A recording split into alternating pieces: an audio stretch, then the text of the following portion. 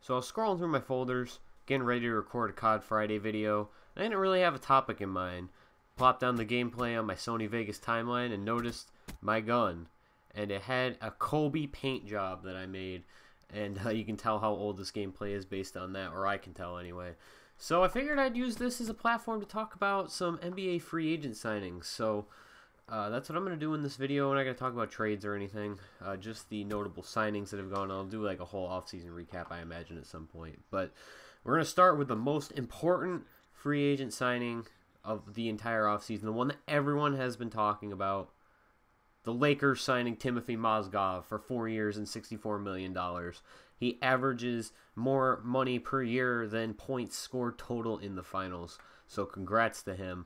And I'm pretty sure that everyone will be talking about this as the most important signing of the entire offseason.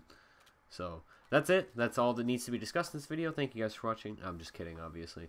So I'm actually not super opposed to the Timothy Mozgov contract, because if you divide it in half, that's roughly like $7-8 million a year or something like that, and that's not a bad price. And you got to think that the way the cap is going up, it's not going to be a bad contract. It's the same kind of situation that the Knicks were in with Robin Lopez last year. So the big one's going to be Kevin Durant, or the big one was Kevin Durant to the Warriors. He's pretty much for 1 year, and I actually do not hate this move for Kevin Durant. A lot of people are criticizing him. A lot of media members are defending him.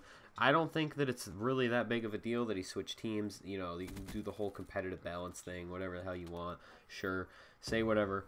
But he wanted to win, and he wanted to be in an environment that can sustain success, and I don't believe that was going to be it in Oklahoma City. I do think that if he stayed one more year, then they probably would have won the title, but I don't think that's what he's after here. I think he wants to build something long-term with this team. That's why he chose this group of guys, and so I'm not going to criticize him as much as some other people might. He's still one of my favorite players to watch, and I'm really interested to see how he fits into that team. I don't think it'll be as seamless a transition as everyone else expects, although if anyone can pull it off, it is that team, because they pretty much they fit guys in pretty seamlessly. So Dwayne Wade going to the Chicago Bulls. This one was a little bit surprising. I don't think there was anyone who can honestly say they were not surprised at least a little bit by this move by Chicago and Dwayne Wade, but it pretty much turned into a money war with Miami, and apparently he and Pat Riley didn't speak throughout this entire process, so it kind of became apparent, kind of like toward the end of the Kevin Durant saga, it became apparent that Dwayne Wade was going to leave. So I'm not super surprised by the end, but it is still going to be very interesting next season seeing him not in a Heat uniform. It's going to be interesting to see where that team goes.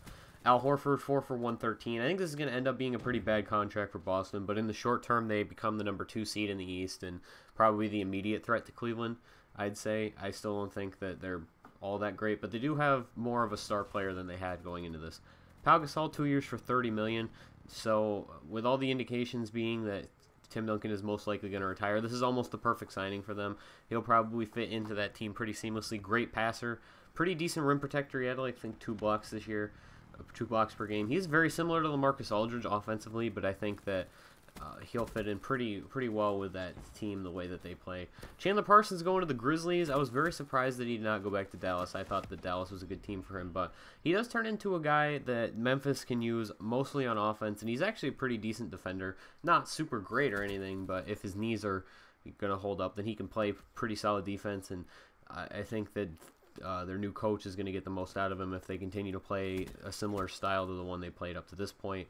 So I'm really interested to see what that team looks like next season, because I don't think really anybody expected the team to be competitive. I thought that everyone kind of assumed that Mike Conley was going to leave, and bringing in Chandler Parsons wasn't really something that came until like the last day.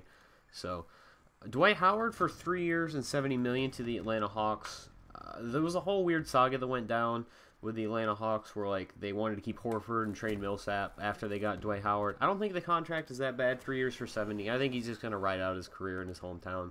Harrison Barnes, 4 for 94, pretty much made possible by the fact that they traded for Andrew Bogut. It kind of seemed like a handshake deal of, you trade us for Bogut and we'll pretty much won't match Harrison Barnes. So I think that's a pretty good contract for Harrison Barnes. It's 4 years, 94. I think that he fits into that pretty decently. I think that he has a lot of untapped potential, kind of like Chandler Parsons. Hopefully this will work out a little bit better for them. Evan Turner going to the Blazers, 4 years, $70 million. That was a pretty good move to bolster their bench. I don't think they're going to re-sign Alan Crabb either, so Evan Turner was a pretty good addition to that team as like a sixth man, I'm going to assume. And they also made another good signing of Festus Ezeli. I thought that was a pretty good contract for him. Al Jefferson, 3 years for $30 million in the Pacers. That's going to be an interesting fit.